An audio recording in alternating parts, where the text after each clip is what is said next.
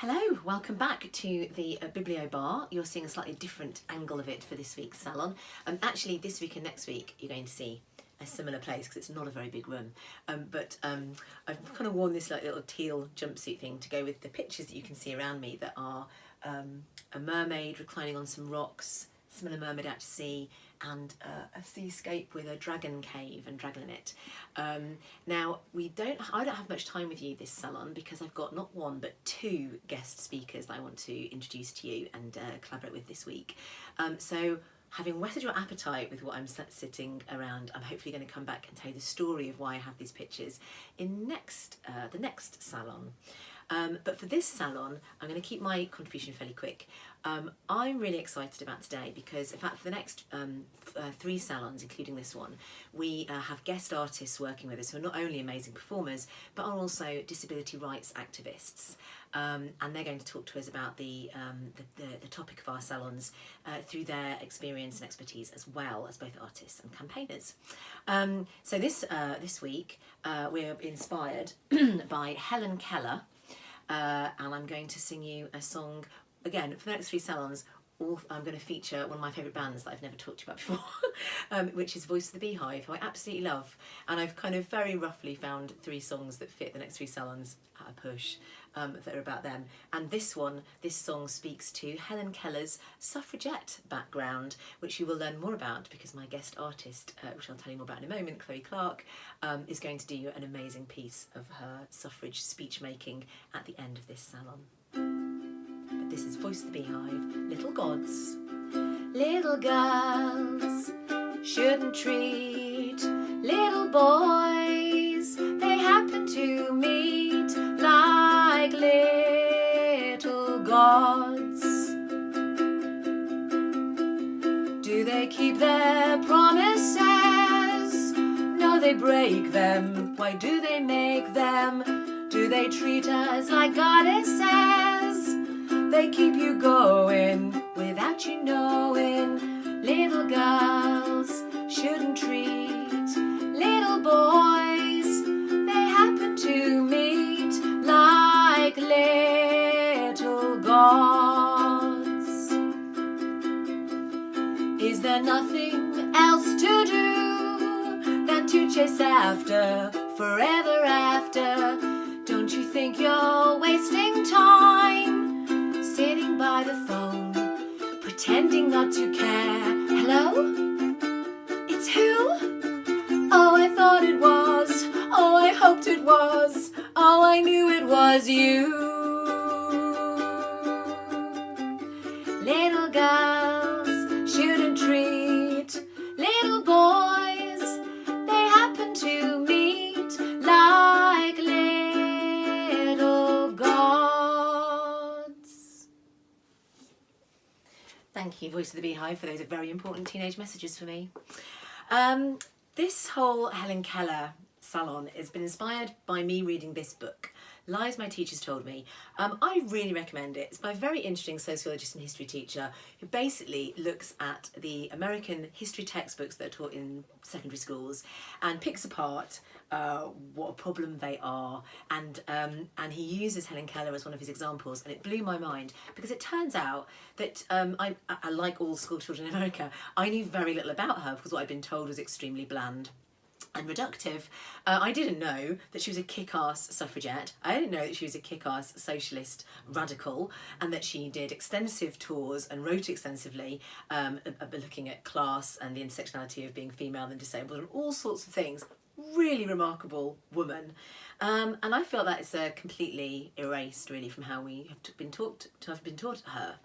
And this book basically goes into a very interesting a look at the whole of how American culture is kind of frozen in amber and utilised for the existing American state through the teaching, partly at least through the teaching of history. It's very compelling and I really recommend it. It's a little bit frozen in time in some of its language, but there's a lot in here to recommend it, and Chloe and I had a really good time exploring it, particularly around Helen Keller.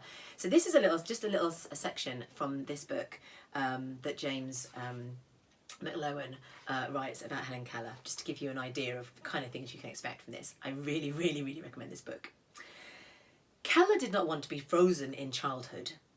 In 1929, when she was nearing 50, she wrote a second volume of autobiography entitled Midstream that described her social philosophy in some detail. Keller wrote about visiting mill towns, mining tills, and packing towns where workers were on strike. She intended that we learn of these experiences and of the conclusions to which they had led her. Consistent with our American ideology of individualism, the truncated version of Helen Keller's story sanitizes a hero, leaving only the virtues of self-help and hard work. Keller herself, while scarcely opposing hard work, explicitly rejected this ideology. I had once believed we were all masters of our own fate, that we could mould our lives into any form we pleased. I had overcome deafness and blindness sufficiently to be happy, and I suppose that anyone could come out victorious if they threw themselves valiantly into life's struggles.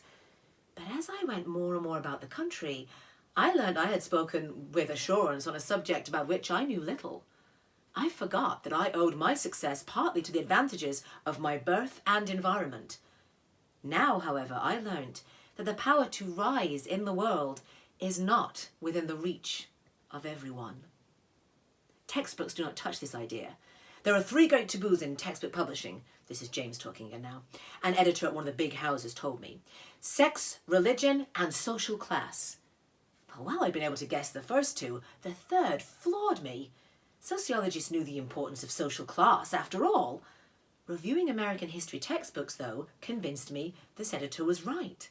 The notion that opportunity might be unequal in America, that not everyone has the chance to rise to power equally in the world, is an anathema to textbook authors and to teachers as well. Educators would much rather present Keller as a bland source of encouragement and inspiration to the young. If she can do it, you can do it too. So they leave out her adult life and make her entire existence over to a vague, up-by-the-bootstraps operation. In the process, they make this passionate fighter for the poor into something she never was in life. Boring. So, to talk much more in detail, much more interestingly about this, let's never be boring, I have not just one, but 2 really fantastic people in this salon. I'm about to interview, you're going to see in a section now where I'm going to interview Chloe Clarke, artist and activist, and then to get another perspective, particularly about deaf culture and the deaf language, Chloe then interviewed Caro Parker, an amazing artist and activist herself. Now, to give this the most time, I'm not going to come back to you this salon. This is going to be it from me. You're going to see a Zoom interview between me and Chloe in our houses, and then and that will lead into a little interview with Chloe and Caro. And then we'll play out with the amazing piece of suffrage speechifying that Chloe has recorded for us, that is in Helen Keller's own words. So I won't see you again. For the time that we have, I've had to truncate those interviews a little, but it broke my heart. So in the link below this, you'll see a link, in the chat below this, in the description of the salon, you'll see a link to the full interviews that I've edited together back to back, so you can sort of actually hear and see everything that Caro and Chloe talked about, because they were really fascinating. But for now, for me, I'm going to hand over to those 2 wonderful women, and then you'll be played out with the amazing words of Helen Keller. Thank you so much. Enjoy the rest of your salon. Hello, Chloe. Hello, Becca. Hello. Would you just introduce people to you, please? I certainly shall. Hello, everybody. I'm Chloe Clarke. I'm an actor and audio description consultant and general disability rights activist person, I would say. Fantastic. In a nutshell, just pop yourself into a little perfect little golden bubble there. Very, very nice. I also know you have wonderful gifts with music and singing and things as well. I've worked with you on projects where you do that sort of thing as well. So yeah, there's so much more to say about Chloe, but we can't spend the whole time talking about you, Chloe. Don't even ask. Just stop going on about yourself. We're here to talk, I think, with your with all the skills you can bring to bear on it, as I be interesting to chat about. Helen Keller, who I know incredibly little about, actually, but what I know is from a book called Lies My Teacher Told Me, which I shared with you because I'd only ever heard of Helen Keller as a sort of martyr, and a martyr slash saint, to being kind of rescued by people who worked out how to, you know, to talk to her and how to save her, if you like. And then in this book, Liza, my teacher told me, it is pointed out that actually she was a radical socialist and a suffragette, and had a whole sort of life that I knew nothing about, and had that was written out really of presenting her, in order that, I suppose, people without disabilities, or not facing a society that disabled us, can feel good about themselves having rescued her. What did you think about that book when I shared it? Where did that take you, and all of that? What was your journey through Helen Keller, based on me going, I want to talk to you about this? Yes, well, it was really interesting because actually I didn't know a vast amount about Helen Keller either, but I was aware that she was a bit of a kick-ass, fearsome lady. But beyond that, I didn't really know anything. And I also obviously had the same experience as you, of knowing her for being this brave little girl who overcame her disabilities because of the help of these wonderful saints who came along and saved her, exactly as you're saying. I think we're quite lucky in the UK. We aren't subjected to that at school as they are in the States. And obviously she is very much taught as a hero in the States to children growing up there, and used as an inspirational model for overcoming adversity and just working hard and being determined. And if you are determined and work hard, you can overcome anything, because if she can overcome being blind and deaf, then you've got no excuses, sort of thing. So I think, as James puts it in that book, only a handful of people recognise her for her adult years, being a radical socialist, political activist and advocate for all sorts of different human rights groups. But something that I notice very, very few people pick up on is that it sort of heralded as a massive achievement that she did learn to speak. And she herself in her autobiography talks about what a huge blessing and an amazing life-changing thing it was to be able to learn to communicate with people, with the world around her, and particularly learning to speak.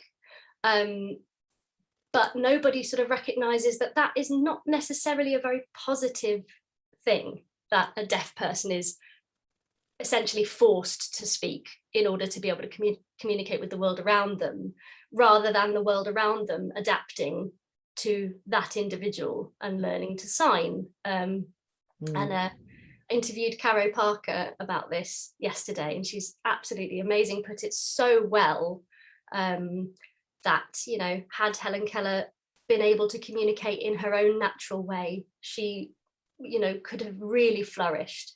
Whereas instead, she had a lifetime of people speaking for her, or helping her, in inverted commas, to adapt to the way that, to be more normal, in inverted commas. So I think it's fascinating that still, I think, indicates that we are still in our society, and very much in the mindset that disabled people have to adapt to the world around them, and it is their impairment that makes them disabled, rather than the world around them, which, anyone. Yes, exactly. Yeah, we're disabled by our environments and the fact that other people don't. So, for example, if we're deaf, nobody signs. Why aren't children at school taught to sign all the way through school, so that we can actually all communicate with one another? We're taught French and German so we can speak to people from other countries, but we're not taught to speak to people in our own country, So it's, that was what struck me most, I think, about all of the accounts I've seen and read about her. Would it be useful for us to play that interview with Caro now? Shall I do that? Yes, I think you should. Here it is then. Hopefully there will be change in how deaf people are allowed to communicate from now on. And I think it's a good thing to learn both sign language and speech if you want to learn speech. But I don't think I think it should be up to the person how they want to communicate. Yes. And not up to the hearing people. who want to feel better because they can understand this person now, even though the speech is not very clear. And because the speech is not very clear, deaf people get bullied, they get abuse, they get taunted with the sounds that they're making because they weren't allowed to learn how to communicate in the best way they can. And also, I think because sign language as a language is so different to English, the grammatical structure of the language is very different. It's more aligned to German and Japanese language rather than English language, which is very complicated, as we know. So because of that, when deaf people try to speak in BSL grammatical structure, it makes them sound very uneducated. It makes them not sound so clever because the structure of the language is different. Do you know what I mean? Yeah. So people don't regard deaf people as intelligent because we speak in a different way, totally. Even with speech training, we speak differently. We speak in pictures. Yeah. We communicate in pictures because that's how we perceive the world. We don't perceive the world in English. We perceive the world as we see it. Yeah. So the language is very, very minimal in some ways, but with such depth as tension and emotion and nuances. But it comes across as we're being aggressive, and we're not. We're just being expressive. Yes. So the more the people are exposed to sign language, like on television or going to the theatre or daily lives, the more people will understand how we communicate. I think more stories about us, from us, not from a sighted person writing blind stories or a deaf person writing deaf story. And even people in history like Helen Keller, their story is very much modified by hearing people. Oh, isn't she brave? Isn't she wonderful? And Helen Keller responding with guilt because she couldn't be who she wanted to be, which is imposed on her by other people. And there's a lot of people with disabilities in therapy because of this. We're not allowed to be who we actually are. I think you have to be very strong to be able to decipher who you are and how you can be with other people around you with their expectations. So I've worked with actors who's never worked with deaf people before, and they're very surprised they find me funny. Wow, really? Yes. Why? I don't know. I don't think they expect deaf people to be funny. So I think people have low expectations of us or high expectations of us. Yeah. And it's all about, why should we meet their expectations? Why can't we just be who we are, functioning in the way that we function? So Helen Keller, I feel, didn't reach her full potential because she was being held back by people who were thinking they were bringing out her potential. And what they were doing was suppressing it. Do you want to tell us something about the piece you're going to read, and then I will release you back into the wild? Oh, thank you. You roam free with my herd.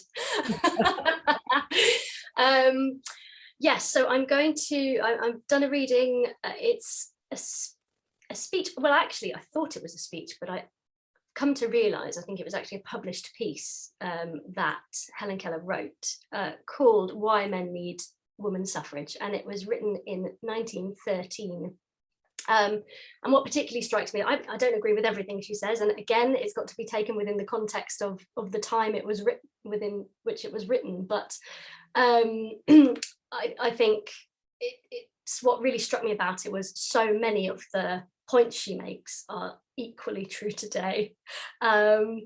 Things like, you know, we lack intelligent direction and control in our governments, in our, you know, in our society. It's like, oh God, Boris Johnson, oh. You know, so many of it rang true and resonated with me reading it. So but really I wanted to do a piece of her writing or speech because people need to know what an amazing speaker and writer she was. She had such a command of the English language, considering it was her second language as well. She even, I mean, she was fluent in French, German, Russian, and she learned all of this by deafblind sign and lip reading, physically lip reading others. And it is astonishing. You know, it is a huge achievement what she learned to do. And, you know, as Cara and I were talking about, she wanted to learn to do it. And I think that is the key. You know, if it's forced on one that they need to speak, then that's one thing. But she was hungry for that kind of communication and that kind of learning. So that was wonderful. But yeah, I just wanted to show, have a representation of her in her adult years and the kind of fierce stuff she could come up with. And I urge anyone to read her speech, Strike Against War, as well, even if it's just the beginning, because she has this little jibe at editors who, I think, as James points out in his book, who basically said, oh, well, don't listen to her, because she was saying things they didn't agree with. Don't listen to her, she's disabled. She's only limited in what information she gets from people. So she can't, you know, her opinions have no credence. So she comes back at them in the beginning of that speech with a brilliant few paragraphs that I just think are great. There's much more to be read about her. But now we'll listen to you do this amazing sounding suffrage speech. How very exciting. Thank you. Thanks very much for talking to me. Lovely to see you, Becca. Thank you for having me. Helen Keller, Why Men Need Women's Suffrage. First published New York Hall, October 17th, 1913. Many declare that the woman peril is at our door. I have no doubt that it is. Indeed, I suspect it has already entered most households. Certainly a great number of men are facing it across the breakfast table, and no matter how deaf they pretend to be, they cannot help hearing it talk. Women insist on our divine rights, immutable rights, inalienable rights. These phrases are not so sensible as one might wish. When one comes to think of it, there are no such things as divine, immutable, or inalienable rights. Rights are things we get when we are strong enough to make good our claim to them. Men spent hundreds of years and did much hard fighting to get the rights they now call divine, immutable, and inalienable. Today, women are demanding rights that tomorrow nobody will be foolhardy enough to question. Anyone that reads intelligently knows that some of our old ideas are up a tree, and that traditions are scurrying away before the advance of their everlasting enemy, the questioning mind of a new age. It is time to take a good look at human affairs in the light of new conditions and new ideas, and the tradition that man is the natural master of the destiny of the race is one of the first to suffer investigation. The dullest can see that a good many things are wrong with the world. It is old-fashioned, running into ruts. We lack intelligent direction and control. We are not getting the most out of our opportunities and advantages. We must make over the scheme of life, and new tools are needed for the work. Perhaps one of the chief reasons for the present chaotic condition of things is that the world has been trying to get along with only half of itself. Everywhere we see running to waste woman force that should be utilised in making the world a more decent home for humanity. Let us see how the vote of women will help solve the problem of living wisely and well. When women vote, men will no longer be compelled to guess at their desires, and guess wrong. Women will be able to protect themselves from man-made laws that are antagonistic to their interests. Some persons like to imagine that man's chivalrous nature will constrain him to act humanely toward woman and protect her rights. Some men do protect some women. We demand that all women have the right to protect themselves and relieve men of this feudal responsibility. Political power shapes the affairs of state and determines many of the everyday relations of human beings with one another. The citizen with a vote is master of his own destiny. Women without this power and who do not happen to have natural protectors are at the mercy of man-made laws. And experience shows that these laws are often unjust to them. Legislation made to protect women who have fathers and husbands to care for them does not protect working women, whose only defenders are the state's policemen. The wages of women in some states belong to their fathers or their husbands. They cannot hold property. In parts of this enlightened democracy of men, the father is the sole owner of the child. I believe he can even will away the unborn babies. Legislation concerning the age of consent is another proof that the voice of women is mute in the halls of the lawmakers. The regulations affecting labouring women are a proof that men are too busy to protect their natural wards. Economic urgencies have driven women to demand the vote. To a large number of women is entrusted the vitally important public function of training all childhood, yet it is frequently impossible for teachers to support themselves decently on their wages. What redress have these overworked, underpaid women without the vote? They count for nothing politically. An organisation of women recently wanted to obtain a welfare measure from a legislature in New York. A petition signed by 5,000 women was placed before the chairman of a committee that was to report on the bill. He said it was a good bill and ought to pass. After the women had waited a reasonable time, they sent up a request to know what had become of the bill. The chairman said he did not know anything about it. He was reminded of the petition that had been brought to him, signed by 5,000 women.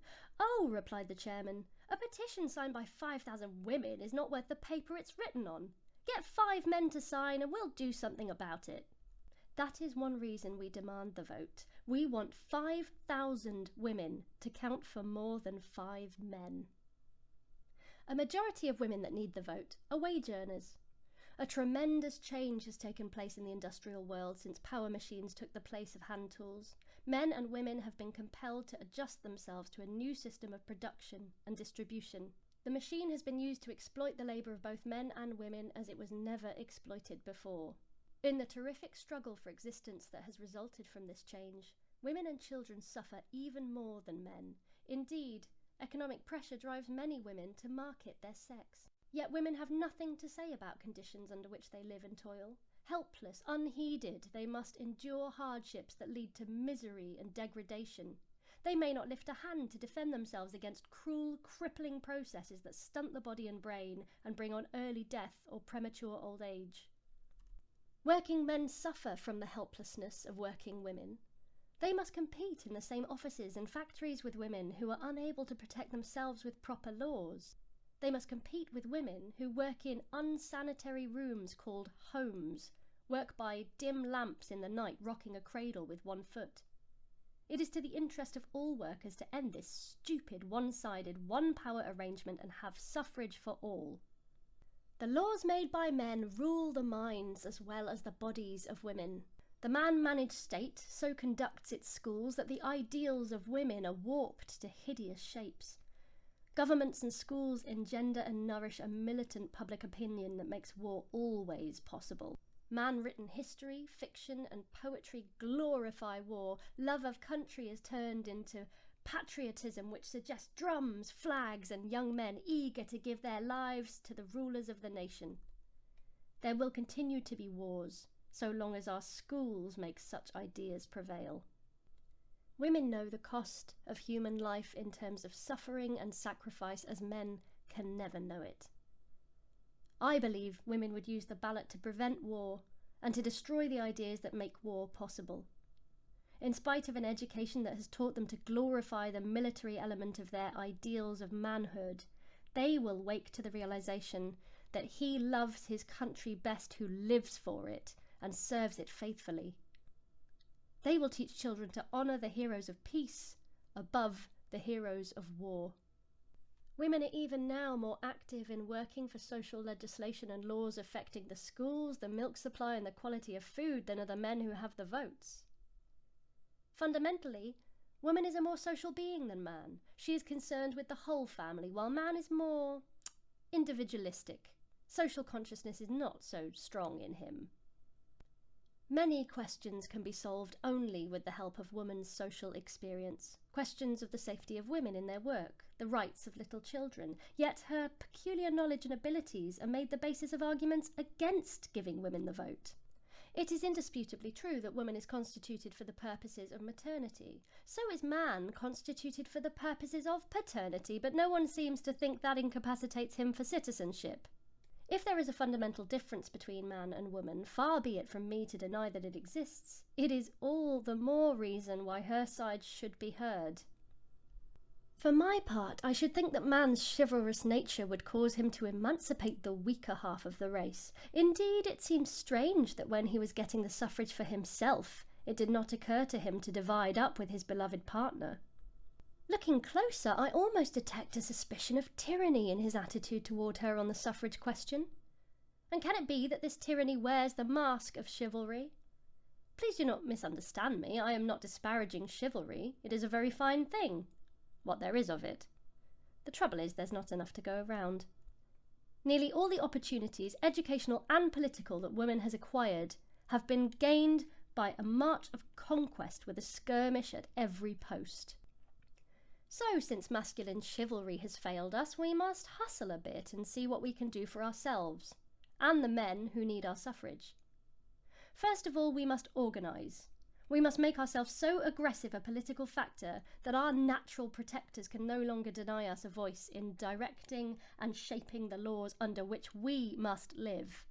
We shall not see the end of capitalism and the triumph of democracy until men and women work together in the solving of their political, social and economic problems. I realise that the vote is only one of many weapons in our fight for the freedom of all, but every means is precious, and, equipped with the vote, men and women together will hasten the day when the age-long dream of liberty, equality and brotherhood shall be realised upon earth.